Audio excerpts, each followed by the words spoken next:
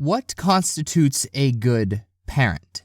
Is it someone who helps their child to succeed regardless of the circumstances? Or is it someone who allows their kid to struggle and fail? If the former is decided, then would the child be left toothless, completely unable to function in society? And will that for sure be the case every time? But if they perform the latter and the child is unable to recover, then was it the right decision in the first place? In fact, wouldn't this behavior fall under the umbrella of neglect? Shinseiki Evangelion explores the topic with characters who attempt the endeavor in spite of the onslaught of trauma hidden in their past. Gendo Akari is by all definitions a horrendous parent, let alone a role model. He's negligent, distant, unafraid of emotionally manipulating an underling to keep them working efficiently. He abandoned Shinji, who has been trying up to this point to gain his approval, and he's treated Rei in such a way that makes her think bending to his will is the only thing that gives her purpose in life. Yet, in spite all this, Gendo has unwavering faith in Shinji to come through when he needs him. Not only that, but he himself was the first to come save Rei when she was horribly injured during the testing of Evangelion Unit 0. Those who are able to give their children the support they need when the chips are down are generally considered good parents. Gendo's hypocrisy is one of the reasons Shinji monopolizes his father and considers him to be as big of a threat as the angels. This only bridges more similarities between Shinji and Misato, whose entire life struggle is coming to terms with her own father's contradictions. One of Evangelion's biggest strengths is how the series subverts narrative tropes without commenting on them in any direct fashion.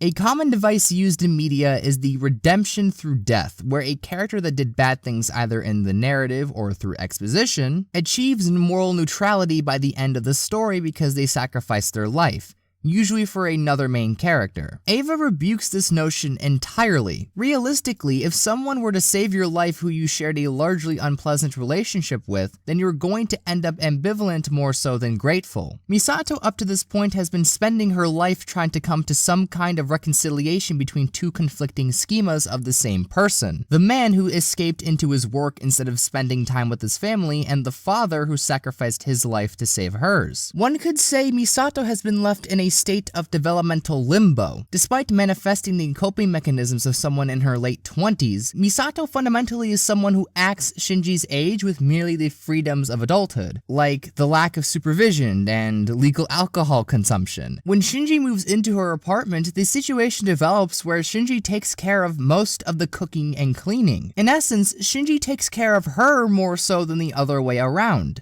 Of course, Misato provides transportation and a roof over Shinji's head, but he was going to get those things anyways due to his position as a NERV employee. This only adds to Shinji's anxiety that his relationships, especially his relationship with Misato, are conditional. If he stops taking care of her, then she will simply give him away. It doesn't help that Misato moved Shinji out of his room without his consent and gave it to a girl she knew prior to his arrival in Tokyo 3. Having the room be smaller and without any windows is only icing on the cake. Fortunately, Shinji forms a friendship with someone who can give him the guidance he desperately needs, but also deals with his own fair share of problems. Ryoji Kaji lives in a fascinating paradox. He is a man who, for all intents and purposes, hides who he is not only for his job, but to survive in a social environment. Kaji is someone who affectates masculinity on the outside only to be that much more feminine on the inside. It isn't a coincidence that Kaji is framed often in a feminine way or only drinks coffee, a beverage archetypically associated with femininity. This in turn gives Kaji an overall uneasy attitude towards the people in his life, since he himself isn't confident others would stick around if he were to act how he wants. Much like how Misato explains to him, you want people's attention, but you want nothing to do with them. Kaji's inability to be consistent with not only his personality, but his alignment is ultimately what cost him his life. But because he struggles with issues that are in the same ballpark as Shinji's, this opens the opportunity for Kaji to do things like convince Shinji to pilot the Evangelion in episode 19.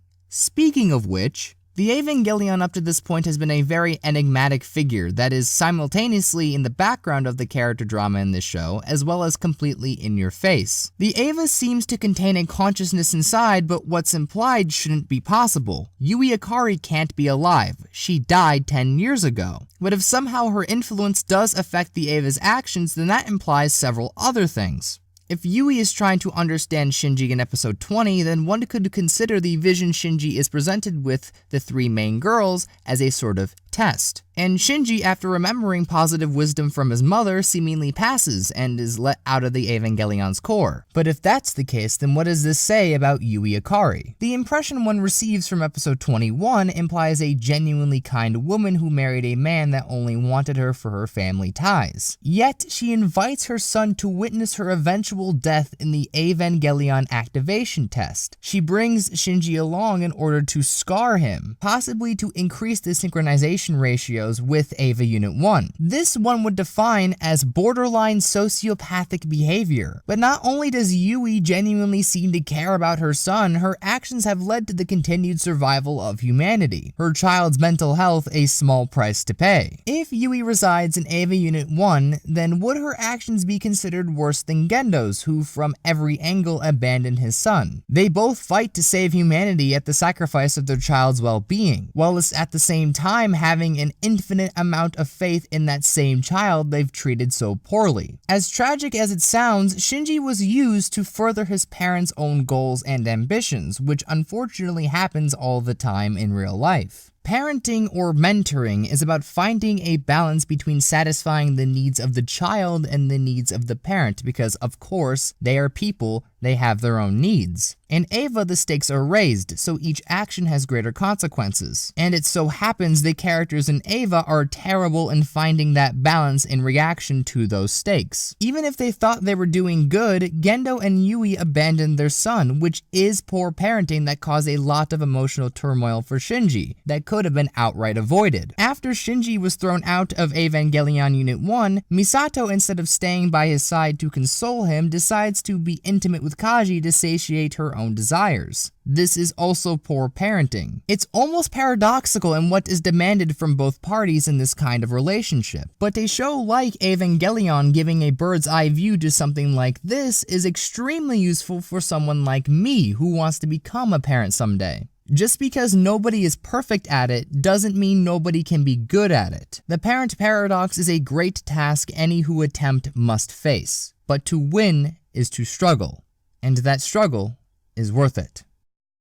Thank you for waiting patiently for the next part of the Evangelion Analysis series. The next part will be out eventually, but there may be a few interesting videos in the meantime. If you are invested in this series or any of my other work, be sure to check out my Patreon. Like, comment, and share if you enjoyed the video, for doing these things helps out tremendously. And if you want to keep up to date, subscribe and follow me on Twitter, for I always post links when a new video goes up. Thank you guys for watching, and take care.